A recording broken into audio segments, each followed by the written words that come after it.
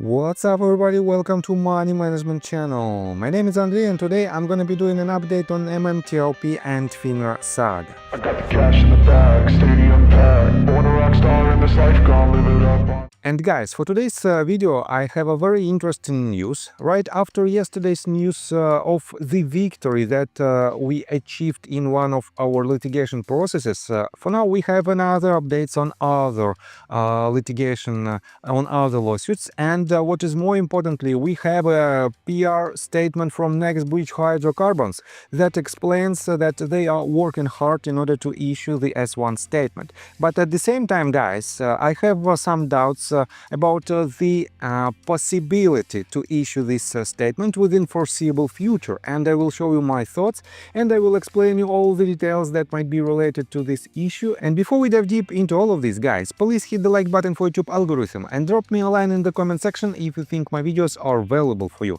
On top of that, if you want to know more about technical analysis, if you want to enhance your trading skills, feel free to subscribe to my YouTube channel and to join my Patreon account. And guys, to be honest, within next couple of weeks I will remove a couple of tiers, low cost tiers. I will add much more perks, much more benefits for the Safe Haven tier and for the Gold tier as well. And it is pretty much your last chance to join my Patreon with just $1 a day. And take a look, let me show you the sneak peek of my recent calls. Just yesterday, as you can see, I made this call on Netflix when the price of this asset was $1.227. It was at 1 a.m. And I told to my patrons that it is a new opportunity to short Netflix. Then, guys, I covered this price action in a live pretty much basis. And right here, I identified 3 price targets for Netflix. And we hit all of them. On top of that, I told to my patrons that they can put their stop loss orders in green and try to ride the trend, because we can hit much lower price targets. And guys, less than 24 hours before this call, I made another call, and it was a call on GME. Take a look right here. Wait a second, I will show you first of all the exact call. It was made on June the 10th. And it was a short put butterfly. You can see that within just several days it became profitable, and it was about 10% profit on the initial investment. This means, guys, 2 out of 2 successful calls within just a couple of days, and that is why you can rely on my technical analysis and you can join my Patreon for the low prices, for at least for now. So guys, and let's begin today's video with this tweet that was written by Junk Savvy. She wrote it in response to her own tweet that she wrote just a couple of days ago, and that was related to Pete's session statements that he asked basically, why didn't you sell your shares before the spin-off? And well, it was a lot of discussions in regards to this case, but let me show you this. SEC's own Commissioner Pierce, Esther Pierce, has said on multiple occasions regarding the MMTLP fiasco, nobody knows what to do. Congressman Pete Sessions has said, we know there is a big problem. I have a big problem with what they, SEC and FINRA, did. I would agree with you that the rug was pulled out from underneath you. After 920 plus days, why hasn't Pete kept his word and delivered the transparency he promised his constituents? What are they hiding? What is the share count? What is the MMTLP fiasco? Start here. Then go here, and she added several links to her own Twitter account and to MMTLP Studios website. And guys, I have to admit that in general we have 2 problems, as I already mentioned. One problem is the potential illegal actions of C-level executives that lead to well, their actions potentially was made in order to attract more attention to MMTLP story and to potentially promote the share price and the stock itself. And it is one case completely separate to another one. The second case is following. It is a U3 halt that was implemented by FINRA because of the extraordinary conditions, extraordinary circumstances that happened with MMTLP shares. And for now, we don't have clear connections in between this U3 halt and the actions that were made by C-levels executive, by John Burda, George Palikars, and Greg McCabe. Definitely, it can be some kind of connections, but we have to prove this in court. Otherwise, guys, we can do just an investigation, and let me show you what I'm talking about. So, first of all, it is very interesting to see this question. Pretty straightforward. This question should be asked, and Pete Sessions should answer to it. Where did he wrote, "Hey Pete Sessions, the person that operates his account. FINRA revised the MMTLP corporate action without input from the issuer during the trading day of December the 8th of 2022. At midnight, December the 9th of 2022, FINRA U3 halted trading, and then another U3 halt was initiated in the morning. See the quote post below.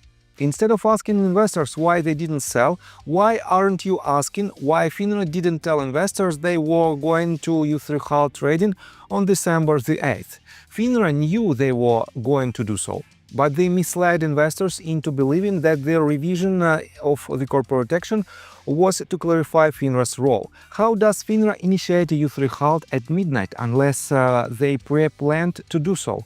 And he refers to his own tweet that he wrote on March 31st of this year.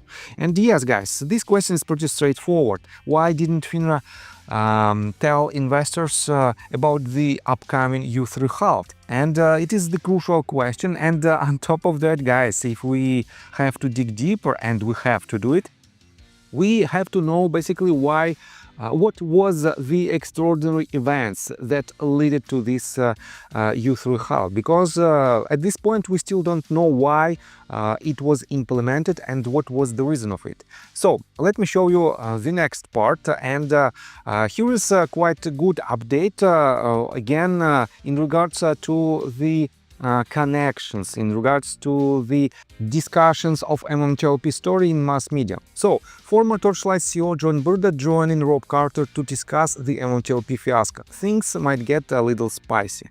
Thank you, Rob Carter, for continuing to bring the MMTLP Army's fight to the airways. Investors were defrauded by the very government agencies tasked with protecting them. Congress acknowledges the big problem and rug pull, but have failed to keep their promises of transparency. If nothing is wrong, what is the share count? We are not going away. And Rob Carter just 8 hours ago wrote this tweet. John Burda will be joining me tomorrow at 10:06 CST to discuss the MMTLP fiasco on Real Talk. Don't miss my conversation with former CEO of Torchlight Energy's John Burda. And guys, I have to admit that we have a lot of questions to John Burda that he didn't want to answer. And unfortunately, guys, probably I will show you at the end of this video some more updates in regards to his actions and in regards to his recent interview to Dennis Neal. But for now, I want to pay attention to another very important news. Again, Dunk Savvy wrote this.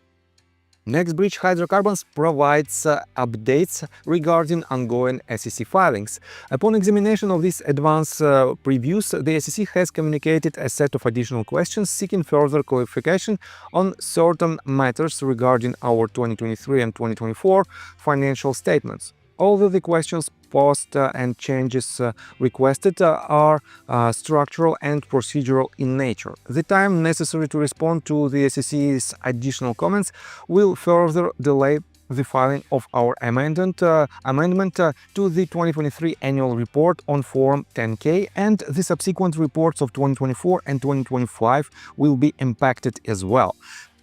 And guys, on the one hand, it is very good to see this update from NextBridge itself. But on the other hand, it makes me thinking that potentially NextBridge Hydrocarbons is trying to kick this can down the road as long as possible. Let me quote you the details. So, the company wishes to update shareholders on the status of our ongoing communications with the Securities and Exchange Commission and the progress of the restatement of our prior year's financial statements. In cooperation with their request, NextBridge has provided the SEC with advance previews of our in-progress restatements of the 2022 and 2023 financial statements to be set forth in an amendment to the annual report on Form 10-K for the 2023 fiscal year, and the restatements of quarterly financial statements to be set forth in the annual report on Form 10-K for the 2024 fiscal year. As previously disclosed, this process has proven to be a significant expenditure in both time and capital for the company. And wait a second, this paragraph I already quoted to you, and let me quote you this. The company understands this may be frustrating to our valued shareholders who are passionately awaiting the effectiveness of our registration statement on Form S-1. For this reason, we have provided this update to reassure shareholders we continue to work diligently with both our independent auditors and other advisors to comply with all SEC requests in a timely and thorough manner. And guys, unfortunately, we don't have any clear deadlines for this statement, and that is this PR statement makes me thinking that they want to make this process as long as possible. Let me show you very important and, in my opinion, quite interesting statement. In regards to the same update from NextBridge Hydrocarbons, Dr. Tariq Timsar wrote this 4 hours ago. Oh, we covered this in September 2024 and DTX class action filing I provided lead counsel. SEC banning MMAT, MMTLP spin-off auditor borders combined with TRCH surely record keeping identified in SEC criminal complaint means NBH can't provide financials that pass an audit. No documents. And here you can see the statement press release that was written on May the 3rd of 2024. SEC charges audit firm BF Borders and its owner with massive fraud affecting more than 1.5 thousand SEC filings. And here you can see that, they were charged, they agreed to pay $12 million civil penalty from the company and $2 million from Benjamin Border himself. Let me show you the next document. Right here you can see the screenshot of the tweet again from Dr. Tariq Timsar, and she wrote, "I've seen the share count multiple times since January 2023. NBH and EQ have share count. What the CEO was doing falls under fiduciary duty bad actor. I get NBH CPA banned for life by SEC months ago, and O'Melveny facilitated its fraud, but SEC released today more to come." And this tweet was written on June 25th of last year, basically 1 year ago. And let me show you further. She also added this, "Dear Andrei, would you please re-explain again to your audience why NBH will never pass an audit? TRCH records plus BF Border CPA equals NBH can't pass audit. See NBH class action and or SEC filing." Here you can see the the link to the press release that was written again in 2024. And here is the part of the SEC. Here's the part of the, as you can see, it is the class action filing, and the case number you can see right here. So wait a second, the registration statement also included a report of independent registered public accounting firm written by BF Borders CPA-PC. The report stated in permanent part that we have audited the accompanying consolidated balance sheets of NextBridge Hydrocarbons as of December 31st, 2021 and 2020. The related statements of operations, stockholders' equity, deficit, and cash flows for the year then ended, and the related notes collectively referred to as the financial statements. In our opinion, the financial statements present fairly, in all material respects, the financial position of the company as of December 31st, 2021 and 2020, and the results of its operations and its cash flows for the years then ended in conformity with accounting principles generally accepted in the United States. And the second screenshot is following. It is under the paragraph 86. The statements in the immediately preceding the paragraph were false or at least materially misleading, because the financial statements within the registration statement did not fairly present the value of the oil and gas assets. The description of the audit committee's roles and responsibilities, combined with the report from BF Borgers, lend credence to management's statement above that the financial statement in the registration statement were accurate, when in fact they were not, because the oil and gas assets were at all relevant times substantially worthless. See section 4C supra. So guys, and as you can see, potentially this PR statement from NBH hydrocarbons is nothing else but a smoke and mirrors. And again, we can find out the real intention of the C-level executives only in court. That is why, guys, all of our community members from 1209, so-called 1209 community, are trying to pursue this goal. On top of that, despite the fact that we have clear statements that this S-1 statement will not be effective, we have some people who still think that it will change a lot in our case. Due diligence wrote, the company understands this may be frustrating to our valued shareholders who are passionately awaiting the effectiveness of our registration statement on Form S-1. This is the part of the NBH statement. Company is telling you something. The S-1 is coming. This is gonna upset some people. Pay attention. Guys, well, we don't have clear deadlines for this statement to come. We don't have any explanation, rather than that it is extremely frustrating and extremely expensive for company to make this statement, to make these filings. And that is why, guys, well, I mean, NBH hydrocarbons didn't tell anything, to be honest. They didn't tell anything that might help us to see at least kind of relief in this case. That is why, guys, I prefer to do one step at a time and to try to find answers from the C-level executives themselves. And one of the questions that is still unanswered is this one. Here you can see the conversation in between Jennifer Vetrano and Dennis Neal related to his interview, not Dennis Neal's interview, but John Burda's interview on Dennis Neal's podcast. And Jennifer Vetrano wrote, "Are you going to bury that Burda sold 300,000 shares pre-MMTLP hold, while he told Fidelity holders how to call in their orders and sold while he sat on X Spaces with influencers that he hadn't sold a share, or the hypocrisy, MMTLP fiasco?" And Dennis Neal wrote this: "I have indeed discussed this.